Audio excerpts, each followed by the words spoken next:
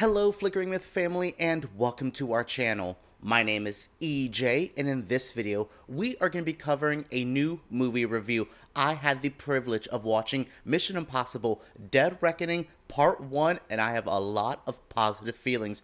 Overall though, I think this is a perfect action movie and we are going to talk about the 3 things that made this so special. So let's get some stuff out of the way first before we get into the full-on nitty-gritty of this review. I'm actually not too familiar with the Mission Impossible movies. I think out of 7 of them, I've maybe seen 4. And that's not to say I don't like these movies. I'm not particularly an action movie fan, so I spent a long time not watching action movies. So like the mid-2000s, it wasn't going to be for me. 2010s, not for me for action movies. But I've fallen in love with the genre more and more over the recent years. And movies like Dead Reckoning are exactly why I regret like skipping Mission Impossible movies. Because holy smokes, this had everything working for it. It was just like moment after moment that I was just like, well, that's exactly what I wanted. Well, that is exactly what should happen. Like, it was like a perfectly constructed blockbuster.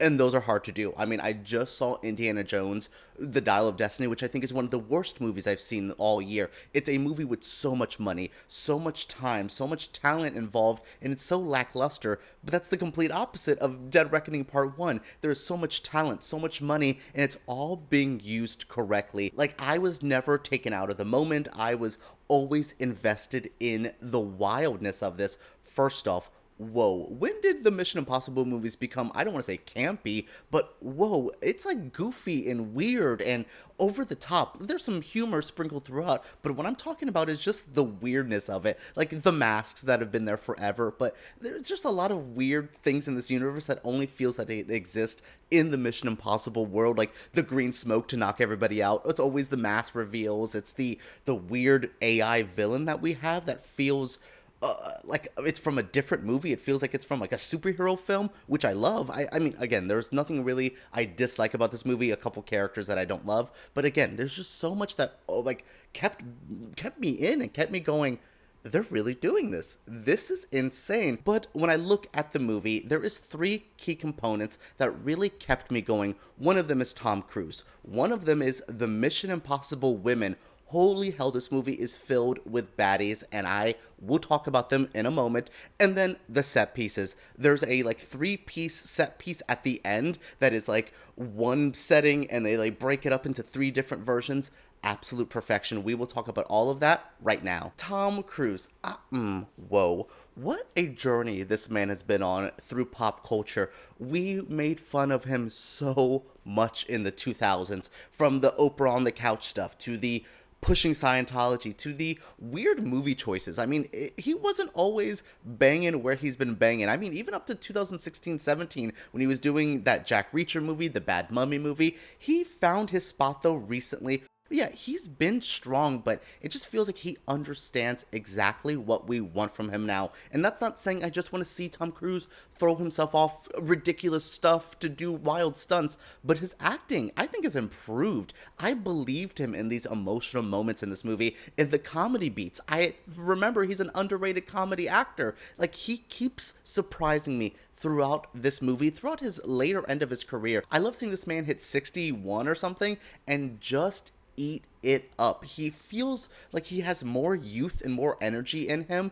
than ever before. And I don't know if that's just, whatever's keeping him alive. I know it's a little nip and tuck on the face. He looks rested in this movie. But overall, look, I'm just happy he's loving cinema and pushing these kind of spectacles and making blockbusters feel fulfilling. We've had so many blockbusters for years, especially from one certain superhero brand that has really kind of made them feel sterile, that made them feel so like, well, that's what happens in a blockbuster. This movie had me with the twists, the turns, the oh my god moments, the oh wow moments. Yeah, it made me feel alive. This movie feels alive, and it's really interesting. Also think it's funny that Cruise has, and his director Christopher McQuarrie has picked like an evil AI algorithm as the villain, which is so funny because he's so against streaming. It's just like, he gets it. He gets it. He's having conversations. He's having political commentary without forcing it down anyone's throat. There's a lot that's being said here without being said, and I love it. And I think that's definitely from Cruise's camp, because he's, well, again, we talked about the religious stuff in the 2000s with Scientology. I think he's learned, if he has something he wants to get across, there's a better way of doing it. Like, it's advertisements and stuff like that, where, like, I'm more likely to buy something if you're not shoving it in my face. He's doing a lot of good stuff, talking about a lot of stuff.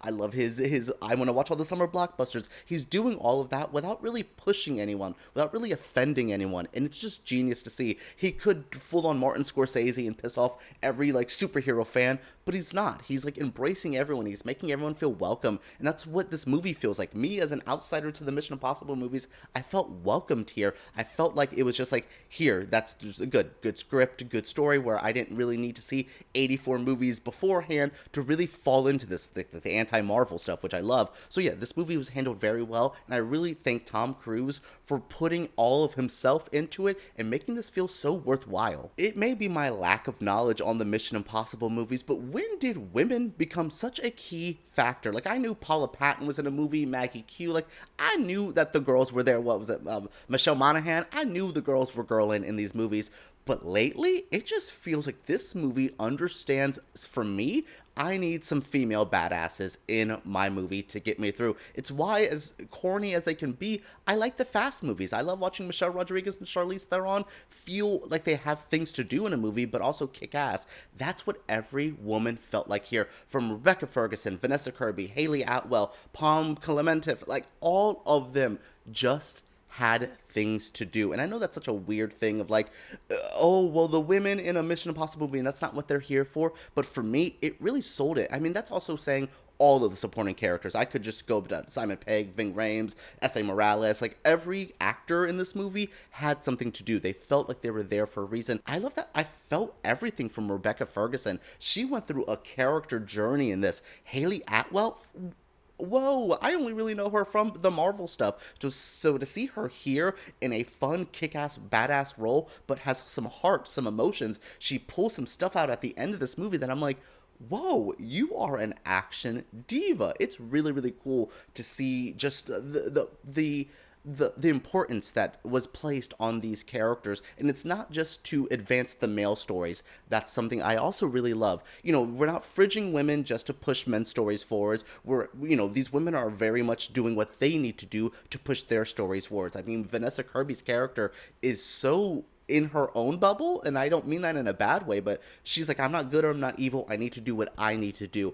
I mean, that's what everyone's characters are like here, but I loved seeing that she's not shamed for that. She's not really a villain for that. It's just how this spy world works. Everyone's kind of not a great person, and it's just handled well, and none of these women feel like they're trying to be like the coolest person ever, or they're not scared to have flaws. It's really fun. I mean, Christopher McQuarrie blew me away with the writing of these women, and whoever wrote the script, and Tom Cruise for wanting them here. I mean, he also knows that he can't handle every action scene, that he can't handle every emotional beat, so give it to people who can handle it. And it seems like Hayley Atwell, Rebecca Ferguson, Vanessa Kirby, also Palm, she plays Mantis in the Guardians of the Galaxy movies.